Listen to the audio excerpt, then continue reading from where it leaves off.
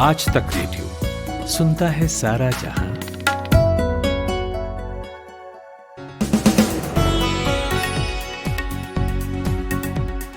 Hello, नमस्कार, good evening. 30 मार्च हो गई है आज।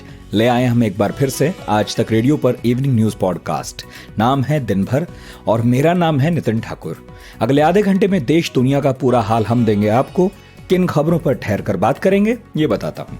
बंगाल में दूसरे फेज के चुनाव के लिए प्रचार का आखिरी दिन था आज। नंदीग्राम की जंग भी इसी चरण में लड़ी जानी है। तो क्या होता रहा पूरे दिन ये बताऊंगा। दिल्ली से लेकर मुंबई तक में कोरोना पर त्राहिमाम मचा है, उसकी भी रिपोर्ट लेंगे। और म्यांमार पर दुनिया के बड़े देशों का शिकंजा कसने लगा है। भारत का क्या स्टैंड रहने वाला है ये समझेंगे एक्सपर्ट से। और एक बड़ी कंपनी का डेटा लीक हो गया है आज। बताऊंगा कि कौन सी है। चेक कीजिएगा कि आपका डेटा भी महफूज है या नहीं है। लेकिन पहले खुशबू से हेडलाइन सुनते हैं।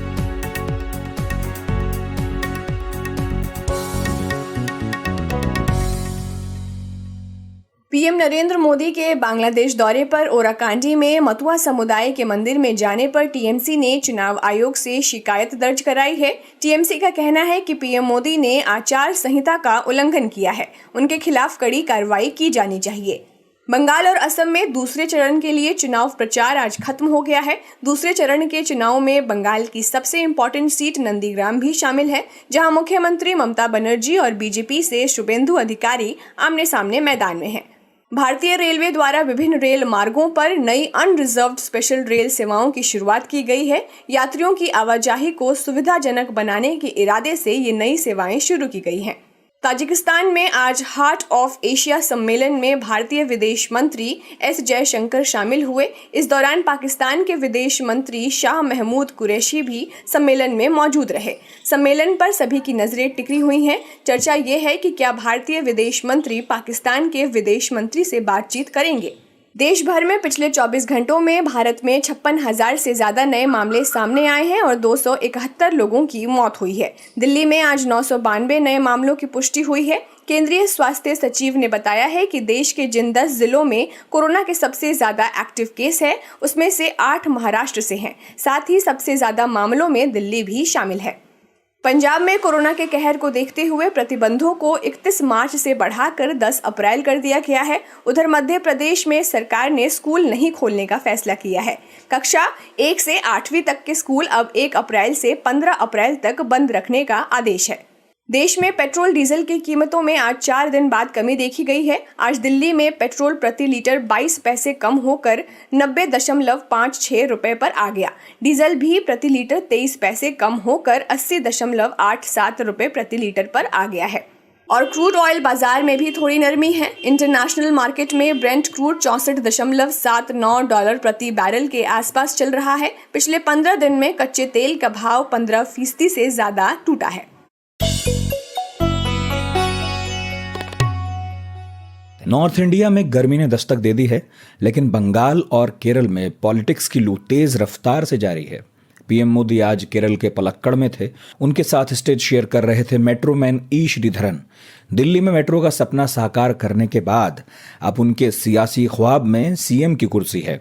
मोदी ने यहां रैली की और कहा कि कांग्रेस और लेफ्ट में मैच फिक्सिंग हो गई है। The high number of roadblocks by UDF and LDF has made the speed of development slower. Kerala में एलडीएफ और यूडीएफ की वजह से डेवलपमेंट की स्पीड धीमी हो गई है। इसलिए अब वक्त है फास्ट डेवलपमेंट का, जो बीजेपी वादा करती है। लेकिन फास्ट से यहाँ मेरा मतलब है एफ से fisheries and fertilisers, A for agriculture and Ayurveda, S for skilled development and social justice and T for tourism and technology. S for skill development and social justice. T for tourism and technology. Kerala के बाद बंगाल की बात। दूसरे चरण के चुनाव के लिए यहां प्रचार का आखिरी दिन था आज, तो धुआंधार होना ही था। इस फेज में सबसे हॉट सीट है नंदीग्राम। वो आपको पता ही है कि क्यों है। तो ममता बनर्जी ने व्हील चेयर पर बैठकर आज पदयात्रा की। उनके निशाने पर पहले दोस्त रहे लेकिन अब दुश्मन बने शुभेंदु अधिकारी का परिवार था।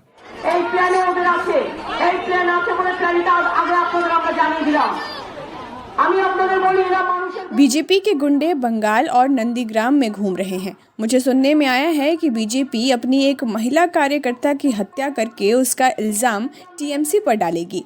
बीजेपी को लोगों पर यकीन नहीं है। मैं नंदीग्राम छोड़कर नहीं जाने वाली हूँ। जोर भाजपा का भी यहाँ पूरा है। अमित शाह ने रोड शो किया। एक वक्त ऐसा भी आया जब उनका काफिला ममता के रोड शो के करीब से गुजरा। बीजेपी के कार्यकर्ताओं ने खूब जोर शोर से धार्मिक नारे लगाए। इस दौरान अमित शाह ने दावा किया कि शुभेंदु भारी मतों से जीत रहे हैं। पूरे बंगाल की जनता परिवर्तन के लिए अपने वोट देने की बारी का इंतजार कर रही है। नंदीग्राम में भी मैंने यही देखा है। मैं आज नंदीग्राम की जनता को भी अपील करना चाहता हूं कि आपको सिर्फ शुभेंदु अधिकारी को जिताता नहीं, ये तो जिताओगी ही, मुझे भरोसा है, परंतु इतने प्रचंड मार्जिन से जिताना है जिससे आने वाले दिनों में जनता को दिए हुए वादों से मुकरना किसी भी राजनेता के लिए नामुमकिन हो जाए।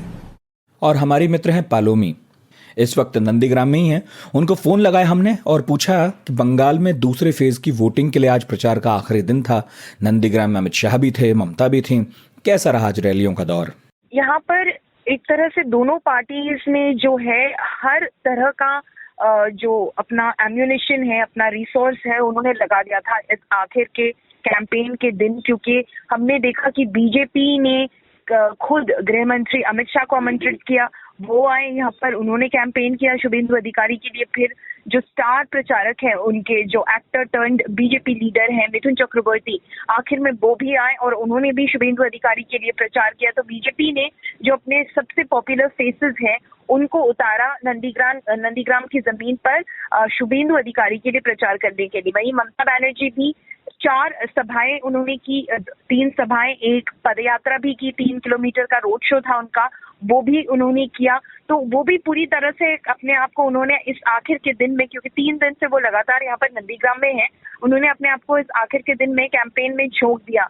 यहाँ तक कि जब कुछ लास्ट एक आध घंटा रह गया था तो उन्होंने घरों तक जाना शुरू किया, गलियों तक जाना शुरू किया, लोगों से उस तरह से संपर्क करना शुरू किया। सभाएं जब खत्म हो गई उनकी, तो दोनों पार्टीज जो है उन्होंने पूरा अपना एड़ी चोटी का जोर लगा दिया इस कैंपेन में।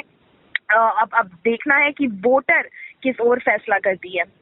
अच्छा, प्रचार तो थम गया है दूसरे फेज का, लेकिन पार्टियां तो बूथ पर वोट पड़ने तक मेहनत करती ही हैं, आपको पता है। और इस मामले में अमित शाह की खूब ख्याति है कि बूथ मैनेजमेंट उनका कमाल का होता है। मुझे ये बताइए कि बाकी राज्यों की तरह क्या बीजेपी की बूथ मैनेजमेंट स्किल यहाँ भी देखने को मिल रही है? अभी आपने क्या महसूस किया?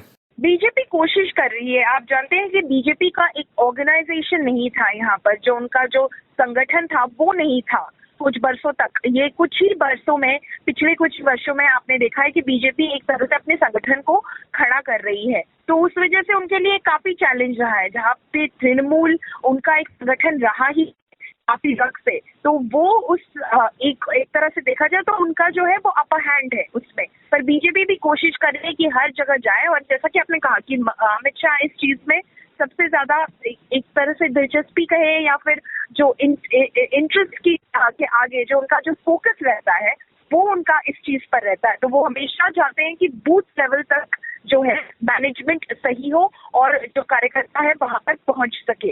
अब काफी इलाके ऐसे हैं जहां पर अभी भी कमी है बीजेपी के संगठन खड़े करने में, पर वो कोशिश लगातार जारी रहती है। आप जानते हैं कि रिसेंटली इस बात का जिक्र तब हुआ जब एक ऑडियो क्लिप था टीएमसी ने जो सामने लाया, और उसमें मुकुल रॉय जो है, जो पार्टी के अभी कैंडिडेट भी हैं और राष्ट्रीय जो वाइस प्रेसिडेंट है, उनकी बातचीत हो रही है शिशिर बिजोरिया के साथ, जो बीजेपी के लीडर है। और मुकुल रॉय का कहना है, ये कुछ वक्त पहले की बात है, और वो शिशिर बिजोरिया से कह रहे हैं कि जब आप इलेक्शन कमीशन से मिलने जाएं तब आप उनसे कहिए कि बूथ पे जो पोलिंग एजेंट्स होते हैं वो उसमें ऐसा कोई रूल ना हो कि सिर्फ वहाँ का रेसिडेंट जो है, कंस्टिट्यूएंसी का रेसिडेंट है, वो ही पोलिंग एजेंट बन सकता है। कोई भी कहीं से भी आकर पोलिंग एजेंट बन सकता है। तृणमूल का कहना है कि इसके बाद ही एक दिन बाद इलेक्शन कमीशन ने रूल चेंज कर दिया, अब पोलिंग एजेंट कहीं से भी हो सकता है, और ये गलत है जो किया इलेक्शन कमीशन ने, उनका कहना है कि ये भाजपा के कहने पर इलेक्शन कमीशन ने किया। अभी तक भाजपा की ओर से कोई सफाई नहीं आई है इस ऑडियो क्लिप को लेकर, पर यही तृणमूल का कहना है कि अगर आप पोलिंग एजेंट कहीं से भी ला सकते हो, तो पोलिंग एजेंट का मतलब यही है ना कि अगर कोई गलत सलत वोटिंग हो रही हो या कोई इम्पर्सनेट कर रहा हो कह के कि मैं वोटर हूँ, मैं सो एंड सो हूँ और आ रहा है, तो वो बंदा अगर वहीं का हो, उसी कंस्टिट्यूंसी का, उसी रेसिडेंट एरिया का हो और एरिया का हो, तो वो पहचान पाएगा। बाहर से कोई आया हुआ कैसे पहचानेगा? इसीलिए वो रूल हुआ करता था कि पोलिंग एजेंट उसी कंस्टिट्यूंसी का हो, आसपास के इलाके से ही हो, पर अब वो रूल नहीं है। तो उसमें आपने देखा उस ऑडियो क्लिप में जिसका मैंने कहा है कि बीजेपी ने अभी तक पुष्टिकरण नहीं किया है कि वो ऑडियो क्लिप सही है या नहीं, पर उसमें आप मुकुल रॉय को बोलते हुए सुन रहे हैं कि वो कह रहे हैं कि हमारे पास तो अगर ये रूल रह गया कि सिर्फ रेसिडेंट ही बन सकता है पोलिंग एजेंट, तो हमारे तो काफी, तो फिर हम एजेंट नहीं दे पाएंगे। तो ये एक कमी रही है बीजेपी की, और इस कमी को वो कवर करने की कोशिश कर रहे हैं, पर किस हद तक कवर कर पाए हैं ये तो वक्त बताएगा। कोरोना वायरस इंसानों में कैसे फैला, पिछले 1 साल में इस पर बहुत बहस हुई और WHO की टीम ने अब एक बड़ा दावा किया है। उनका ये कहना है कि यह वायरस चमगादड़ से किसी दूसरे जानवर के जरिए इंसानों तक पहुंचा होगा। एक्सपर्ट्स ने इस वायरस के वुहान लैब से लीक होने की बात को खारिज कर दिया है, लेकिन लैब पर शक अब भी बना हुआ है, क्योंकि कई क्रिटिक्स का कहना है कि WHO को चीन ने अच्छे से इन्वेस्टिगेशन करने ही नहीं दिया। वो कहते हैं कि जनवरी के महीने में ही WHO की टीम वुहान पहुंची, फिर टीम ने चीन की लैब में महज 4 घंटे बिताए और वेट मार्केट में 1 घंटा बिताया, बाकी के दिन होटल में ही गुजारे। खैर, वक्त बताएगा कि रिपोर्ट कितनी सही है, लेकिन भारत की बात करूं मैं तो पूरा देश कोरोना की दूसरी लहर से बुरी तरह जूझ रहा है। कई सारे राज्यों में मामले तेजी से बढ़े हैं। पटियाला जेल में 40 साल की महिला कैदी कोरोना पॉजिटिव निकली। IIM अहमदाबाद में 70 लोग संक्रमित पाए गए। तो अब बढ़ते केसेस के बीच कुछ शर्तों के साथ 1 साल बाद तबलीगी जमात का मरकज भी खोल दिया गया है, लेकिन दिल्ली दूसरी बार तेज हुए संक्रमण से अछूती बिल्कुल नहीं है। अभी भी स्थिति वैसी ही है। एक दिन में 1900 से ज्यादा मामले आए हैं। तो दिल्ली में कोविड-19 की स्थिति जो बनी हुई है, उस पर हमारे आज तक रेडियो के रिपोर्टर आशुतोष मिश्रा कुछ बता रहे हैं। इससे साफ ये पता चलता है कि जो सर्च है वो त्योहारी मौसम में हुई है, क्योंकि हमने पिछले 10-15 दिनों में देखा कि बाजारों में भीड़ बढ़ी, रौनक बढ़ी, लोग आने जाने लगे, और फिर एक तरफ जैसे वैक्सीनेशन शुरू हुआ था, लोग नियमों से लापरवाह होने लगे। वजह यह भी हो सकती है कि 1 साल से ज्यादा हो चुका है लोगों को मास्क लगाने की, हिंदुस्तान में कहाँ किसी को आदत है, और शायद उस वजह से लोग थोड़े से लापरवाह होते गए और अब वही लापरवाही लोगों पर भारी पड़ रही है। और देश के कई राज्यों में अमूमन यही स्थिति है। मुंबई देख लीजिए, दिल्ली देख लीजिए, तो शहरी इलाकों में ज्यादा इसका असर है। लोग भीड़ भाड़ इलाकों में आने लगे, दुकानें खुलने लगी, सारी गतिविधियां तेज हुई तो लोग लापरवाह होने लगे। दूसरा, जब मैं डेटा देख रहा हूँ, 20 तारीख को जब यही केस 800 थे, लेकिन अगर आप 29 तारीख को जो सरकार द्वारा डेटा जारी किया गया, अकेले दिल्ली में के 1900 पहुंच गए। तो आप ये समझिए कि 10 दिन में अगर 800 से 1900 पहुंचते, यानी लगभग 2.5 गुना सर, तो ये बिल्कुल कहीं ना कहीं एकदम विस्फोटक स्थिति है। हालांकि जो पॉजिटिविटी दर है दिल्ली में, वो अभी भी 2.77% है, यानी चिंताजनक उसे नहीं कहेंगे, क्योंकि दिल्ली में जो टेस्ट हो रहे हैं वो भी 70,000 से ज्यादा है। और 19 तारीख को भी जो डेटा आया उसमें भी पिछले 24 घंटों में 56,000 अकेले सिर्फ RT-PCR टेस्ट थे और 16,000 के लगभग एंटीजन टेस्ट थे। तो दिल्ली में दरअसल प्रति मिलियन जो टेस्ट है वो अभी भी सबसे ज्यादा है, और टेस्टिंग ज्यादा होने की वजह से अगर ज्यादा नंबर आ रही है तो उसको अनुपात में देखते हैं तो ये अभी कम है स्थिति। लेकिन चिंताजनक इसलिए है क्योंकि मार्च के पहले महीनों में केस 150-200 आ रहे थे, और तब जो पॉजिटिविटी रेट थी वो 0.5, 0.6, 0.7, यानी 1% के नीचे थी। एक दिन में 1% से नीचे जाकर के अगर ये 2.25% तक पहुंच रहा है तो इसे ही विस्फोटक स्थिति कहा जाता है। हालांकि दिल्ली में लॉकडाउन जैसी स्थिति भी नहीं है, लेकिन अभी जो मामला है उसको लेकर सरकार चिंतित जरूर है। अच्छा आशुतोष, मरीज फिर से बढ़ गए हैं, बोझ अस्पताल पर फिर पड़ रहा है, तो कितनी तैयार है दिल्ली? ये सवाल मैंने आज दिल्ली के स्वास्थ्य मंत्री सत्येंद्र जैन से पूछा था कि अगर इस तरह का सर्ज है तो उसका सीधा असर अस्पतालों में दिखाई देगा। फिलहाल सरकार की ओर से जो डेटा दिया गया उसके मुताबिक लगभग सरकारी अस्पताल, हेल्थ केयर सेंटर, आइसोलेशन के बेड जो थे उसमें 9,000 बेड अभी खाली हैं, और जिसमें ICU बेड भी हैं, वेंटिलेटर्स भी हैं। तो सरकार का कहना है कि अभी जो सरकारी अस्पताल हैं, भले ही दिल्ली में मरीज जो है बाकी राज्यों के भी हैं, चाहे वो NCR में, हरियाणा हो, उत्तर प्रदेश हो, कि इनके मरीज तो हैं लेकिन अभी भी पर्याप्त संख्या खाली है। साथ ही साथ स्वास्थ्य मंत्री ने यह भी कहा है कि जल्दी ही निजी अस्पतालों की व्यवस्था को लेकर समीक्षा की जाएगी कि अगर स्थिति मतलब असामान्य स्थितियों में विस्फोटक बन जाती है तो प्राइवेट अस्पतालों पर भी बोझ आएगा, तो ऐसे में उनकी भी तैयारियां पूरी होनी चाहिए। तो उसकी व्यवस्था भी सरकार की ओर से फिलहाल की जा रही है, जिसकी रिव्यू बैठक मुझे लगता है कल या परसों तक बुलाई जाएगी और उस पर भी सरकार तैयारियां करेगी कि इसके पहले अस्पतालों में किल्लत हो, तैयारियां पहले मुकम्मल हो जाए। हालांकि ये एक प्रैक्टिस हो चुकी है, 2 वेव में हमने देखा कि सरकार ने निजी अस्पतालों को टेक ओवर किया था, वहां पर बेड रिजर्व किए गए थे, लेकिन किल्लत उसके बावजूद भी होने लगी थी। फिलहाल अभी ऐसी स्थिति नहीं है और अगर सरकारी अस्पतालों में व्यवस्था है, पर्याप्त है, तो ये उम्मीद की जानी चाहिए कि चूंकि त्योहार बीत चुका है, अगले 1 हफ्तों में ये संख्या में अगर कमी आती है तो ये अपने आप में राहत की खबर होगी। ये थे आशुतोष। केस बढ़ रहे हैं तो वैक्सीनेशन अभियान पर जोर भी बढ़ा है। ब्राजील ऐसा देश है जहां बहुत फैला था कोरोना और अब यहां पर वैक्सीनेशन अभियान चल रहा था, लेकिन वैक्सीन कम पड़ गई तो हुआ ये कि विदेश मंत्री को इस्तीफा देना पड़ गया। हमारे यहाँ महाराष्ट्र की स्थिति भी बराबर खराब है। 40,000 केस तो सिर्फ यहीं से आए हैं। अब सरकार जो है वो लॉकडाउन करने की सोच रही है, लेकिन पहले से वहाँ सियासत चल रही है। इसके बाद अब लॉकडाउन पर भी खूब सियासत होने लगी है। उद्धव ठाकरे सीएम लॉकडाउन लगाने के हामी हैं, लेकिन एनसीपी बीजेपी विरोध में है। क्या है इसकी वजह, ये हमने पूछा हमारे रिपोर्टर कमलेश सुतार से।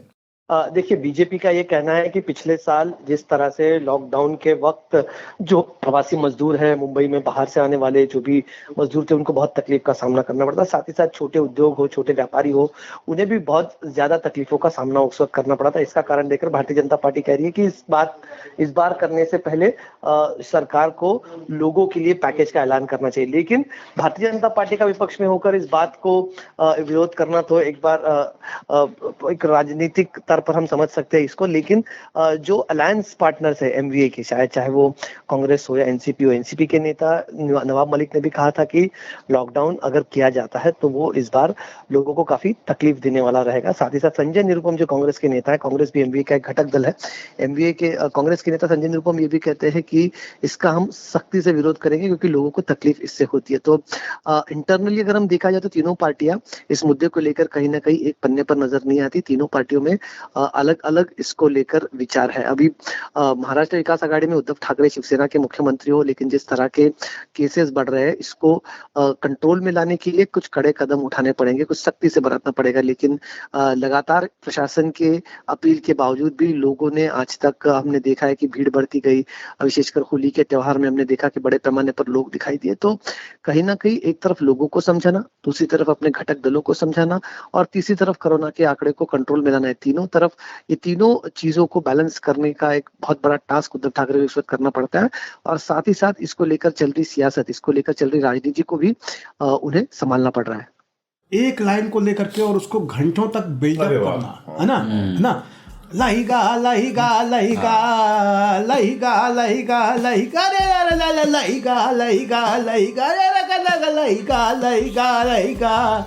एक लाइन और कमाल होती थी जिसका कोई सिर पैर नहीं था। सुख शनिचर मंगलवार, सुख शनिचर मंगलवार। अब ये चल रहा है भांग के में, आप यही गा रहे हैं। दिन थ्वारा थ्वारा बड़ा भवा, मौसम में गर्मी बढ़ई लाग, ख्यातन में मटरा नाच नाच, अरसी के गर्मा पड़ी लाग, पछियाओ बयरिया सुरसुराए। यानी कि पछुआ हवा जब सुरसुराने लगे, पछियाओ बयरिया सुरसुराए, समझो होली नहीं चाह रही।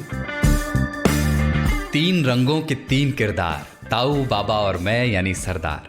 हर हफ्ते हम करते हैं बतकही, सारे जहान का ज्ञान और मजेदार गप भी। सुनिए हमारा वीकली पॉडकास्ट 3 ताल, नया हफ्ता नया बवाल।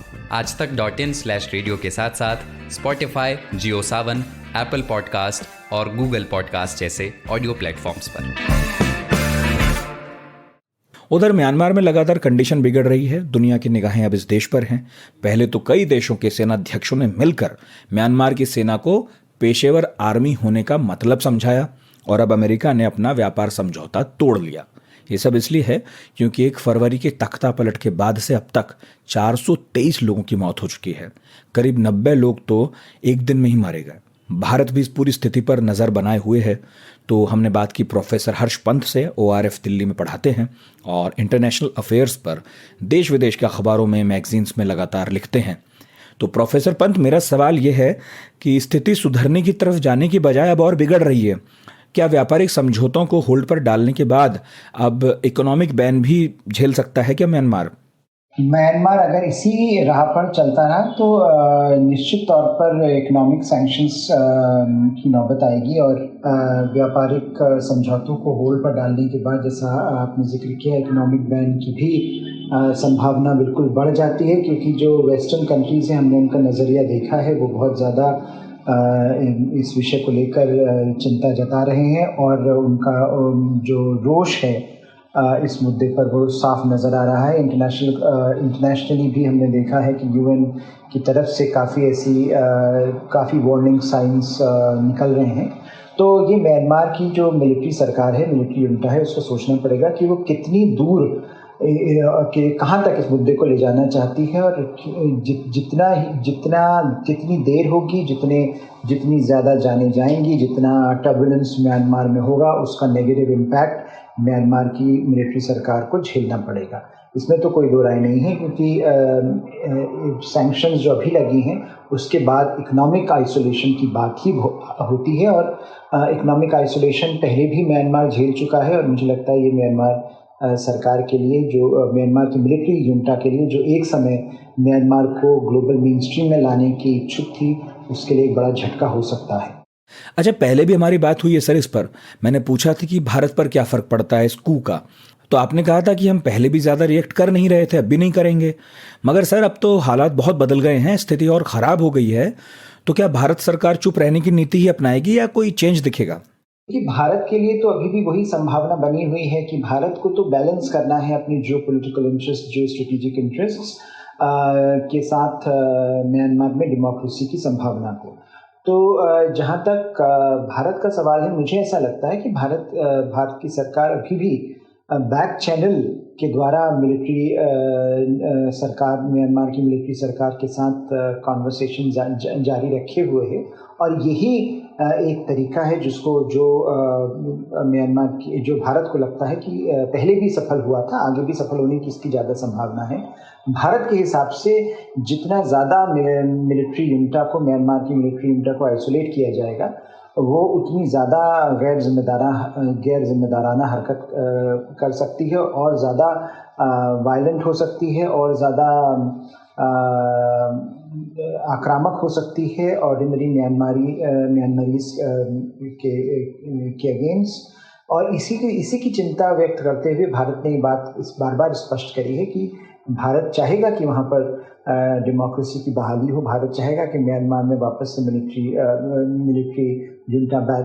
जो है म्यांमार की, वो बैरक्स में जाए, न कि सरकार चलाए। लेकिन भारत को इस बात का भी ख्याल रखना पड़ेगा कि अगर भारत वहाँ पर इंगेज नहीं रखता है, चैनल्स ऑफ कम्युनिकेशन ओपन नहीं रखता है म्यांमार की मिलिट्री सरकार के साथ, तो चीन वहाँ पर चीन का प्रभाव और बढ़ेगा और म्यांमार की जो मिलिट्री सरकार है उसके पास ऐसा कोई लॉजिकल रीज़न नहीं बच जाता कि वो भारत जैसे लोकतांत्रिक जो देश हैं उनके साथ किसी भी प्रकार का संबंध रखे। तो वहाँ पर जो भारत को देखना पड़ेगा, भारत की सरकार को देखना पड़ेगा कि वो किस तरह से इस बैक चैनल डिप्लोमेसी को आगे ले जाते हैं और किस तरह से जो भारत की सारी पॉलिटिकल एंटिटीज़ के साथ, सारे पॉलिटिकल स्टेक होल्डर्स के साथ बहुत अच्छे संबंध हैं, उसको लेकर किस तरह से लोकतंत्र की बहाली की प्रक्रिया वहाँ म्यांमार में फिर से शुरू की जा सकती है। भारत को इस विषय पर विचार करना पड़ेगा। लेकिन मुझे नहीं लगता कि भारत की जो पब्लिक एक पॉलिसी रही है कि भारत पब्लिकली म्यांमार की जो मिलिट्री गवर्नमेंट है उसको सेंशन नहीं करेगा और पब्लिकली उसको ह्यूमिलेट नहीं करेगा, ये पॉलिसी मुझे लगता है और थोड़ा आगे चलेगी। लेकिन ये भी निर्भर करता है कि मिलिट्री सरकार अगर और आक्रामक हुई और ज़्यादा हिंसा पर उतर आई और ज़्यादा लोगों की जाने जाती हैं तो भारत अपनी इस पॉलिसी को रीवैल्यूएट कर सकता है। लेकिन फ़िलहाल भारत बैक चैनल डिप्लोमेसी का ही सहारा लेने के पक्ष में दिख रहा है।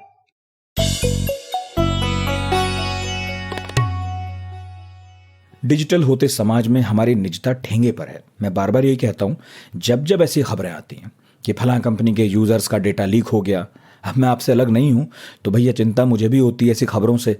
कई बार तो ऐसी ऐसी कंपनियों का डेटा लीक हो चुका है जिनके प्रोडक्ट्स या ऐप मैंने भी इस्तेमाल किए हैं। कई उदाहरण है हमारे पास, और अब तो लंबी लिस्ट है ऐसी कंपनियों की जिनके यूजर्स का डेटा चोरी हुआ है। एक नया नाम जुड़ गया है उसमें, मोबाइल पेमेंट ऐप है मोबीक्विक। इसके डेटा चोरी होने की खबर आ गई है और ये सरेआम बिक भी रहा है। कहाँ? डार्क वेब पर, जहाँ इस तरह के लीगल काम खूब जमकर होते हैं। और इस लीक की जानकारी दी है फ्रेंच वाइट हैकर और सिक्योरिटी रिसर्चर एलियट एंडरसन ने। ट्विटर पर बताया उन्होंने और कहा कि 35 लाख लोगों का केवाईसी डेटा लीक हुआ है इस बार। समझ लीजिए इसका मतलब क्या है कि आपकी ईमेल आईडी, फ़ोन नंबर, आधार, ये सब जानकारियां अब सार्वजनिक हैं। इलियट ने इसे इतिहास का सबसे बड़ा केवाईसी डेटा लीक बताया है। तो ये डेटा लीक हो कैसे गया, ये मैंने पूछा आज तक रेडियो के टेक एक्सपर्ट मुंजिर अहमद से। मोबीक्विक का जो 8 TB का डेटा ब्रीच हुआ है, उसमें बताया जा रहा है, जो एक्सपर्ट्स हैं, साइबर सिक्योरिटी एक्सपर्ट्स हैं, उनका कहना है कि दरअसल कई तरह से डेटा लीक होते हैं, लेकिन ये जो डेटा लीक है इस पे है कि डेटा एक्सेस कैसे किया गया, मतलब मोड ऑफ डेटा एक्सेसिंग फिलहाल क्लियर नहीं है। लेकिन अभी जैसे कुछ देर पहले कुछ लोगों ने ट्वीट करके बताया कि डेटा बेस जो है इसका इनक्रिप्टेड नहीं था और सिक्योर नहीं था, इस वजह से जो हैकर है उसका डेटा पूरा एक्सेस करके और डार्क वेब पर बेच रहा था। तो ये कोई नया नहीं है डेटाबेस, कई कंपनियों द्वारा ऐसे ही छोड़ दिया जाता है जिसमें एनक्रिप्शन नहीं होता और वो इजी टू हैक होता है बेसिकली। तो डेटा लीक का मोड अभी क्लियर नहीं है। कंपनी ने तो साफ ही मना कर दिया है कि हमारे यहाँ से किसी भी तरह का डेटा ब्रीच नहीं हुआ है। मुंजिर, अभी मैं देख रहा था कि लोग सोशल मीडिया पर स्क्रीनशॉट डाल रहे हैं अपना डेटा फाइंड करके, तो क्या इतना ओपन है कि कोई भी एक्सेस कर रहा है? ये जो बताया जा रहा है डेटा एक्सेस करने वाला, तो ये दरअसल ऐसा है कि एक थर्ड पार्टी वेबसाइट है जहां से जा करके चेक किया जा सकता है। लेकिन इस पे पूरा भरोसा करना सही नहीं है, क्योंकि इस तरह की जो वेबसाइट होती हैं वो आपको 100% फुल प्रूफ कुछ रिजल्ट नहीं देती हैं। तो इसमें ये तो सही है कि आप कुछ हद तक ये कर सकते हैं, चेक कर सकते हैं कि आपका डेटा लीक हुआ है या नहीं। उसके लिए कई सारी वेबसाइट हैं, वो ओवरऑल बताती हैं कि कहाँ कहाँ से आपका डेटा लीक हुआ है, तो वो किया जा सकता है। लेकिन अब ये जो मोबीक्विक के डेटा का जहां तक सवाल है, तो कुछ समय पहले वेबसाइट एक एक्टिवेट हुई थी जो बता रही थी कि ये सब डेटा लीक हुआ है, लेकिन फिलहाल कई लोग उस वेबसाइट को ओपन कर रहे हैं तो अनएक्सेसिबल बता रहा है। तो मेरा कहना यह है कि इन सब पे भरोसा कर पाना मुश्किल है कि यहाँ से आपका डेटा एक्सेस किया जा रहा है, और क्योंकि डार्क वेब को एक्सेस करना एक कॉमन मैन के बस की नहीं होती। आई मीन उसको एक्सेस करने के लिए आपको कई लेयर की जरूरत होती है, और वो गूगल में सर्च करके आप नहीं कर सकते। उसके लिए कई सारे टूल्स होते हैं जिसे यूज किए जाते हैं। तो डार्क वेब में एक्सेस करने का तरीका कुछ और है, तो वहां वो क्लेम किया जा रहा है। हमने भी इंडिपेंडेंटली इसे वेरीफाई किया है, तो वहां डेटा है और डेटा ऑन सेल है। बट मोबीक्विक ने इसे साफ तौर पर डिनाई किया है। इनफैक्ट अभी उन्होंने स्टेटमेंट भी जारी किया इसे लेकर के। अच्छा मुझे क्या कहा है कंपनी ने अपने स्टेटमेंट में, थोड़ा सा विस्तार से बताइए। तो मोबीक्विक का जो स्टेटमेंट है उसमें कंपनी ने कहा है कि इसे भारत में लगभग 100 मिलियन यूजर्स यूज करते हैं, और कंपनी बेसिकली यहाँ पे ये बताना चाह रही है कि कई सारे सिक्योरिटी प्रोटोकॉल्स हैं जिन्हें फॉलो किए जाते हैं। तो उसमें ये सब भी बताया गया है कि कौन कौन से सर्टिफिकेशन जो है वो कंपनी के पास है। इसके बाद कंपनी ने ये कहा है कि कुछ यूजर्स ने ये रिपोर्ट किया है कि उनका डेटा जो है वो डार्क वेब पे विजिबल है। तो इस चीज को लेकर के कंपनी जांच कर रही है, और उन्होंने ये भी पॉसिबिलिटी जताई है कि कोई भी यूजर अपना जो अकाउंट है वो मल्टीपल प्लेटफॉर्म्स पे अपलोड कर सकता है, या ऐसा हुआ होगा।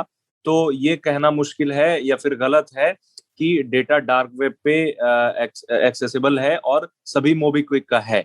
तो कंपनी ने साफ तौर पर डिनाई किया और ये पॉसिबिलिटी बताई है। हालांकि ये भी कहा गया है कि जांच की जा रही है और इस मैटर को पिछले महीने ही देखा गया था, जिसके बाद कंपनी ने थॉरो इन्वेस्टिगेशन किया। बेसिकली इसका क्रक्स ये है कि कंपनी नहीं मानती है कि डेटा ब्रीच हुआ है, लेकिन फिर भी इसकी जांच की जा रही है। हालांकि स्टेटमेंट में कई सारे कॉन्ट्राडिक्टरी पॉइंट्स भी हैं, जो कि अभी आने वाले समय में कुछ क्लियर होगा। ये थे मुंजिर। तो आज के दिन भर को समेटने का हो गया है वक्त। आपको कैसा लगा हमारा न्यूज पॉडकास्ट बताइएगा radio@aajtak.com पर। इस शो को प्रोड्यूस किया है प्रतीक वाघमारे ने और कपिल देव सिंह साउंड मिक्सिंग का काम संभाल रहे थे। मेरा नाम नितिन ठाकुर है। देश दुनिया की तमाम खबरों के साथ कल सुबह आपकी मुलाकात होगी अमन गुप्ता से, और हमारे न्यूज मॉर्निंग पॉडकास्ट का नाम है आज का दिन। फिलहाल मुझे दीजिए इजाजत और सुनते रहिए आज तक रेडियो।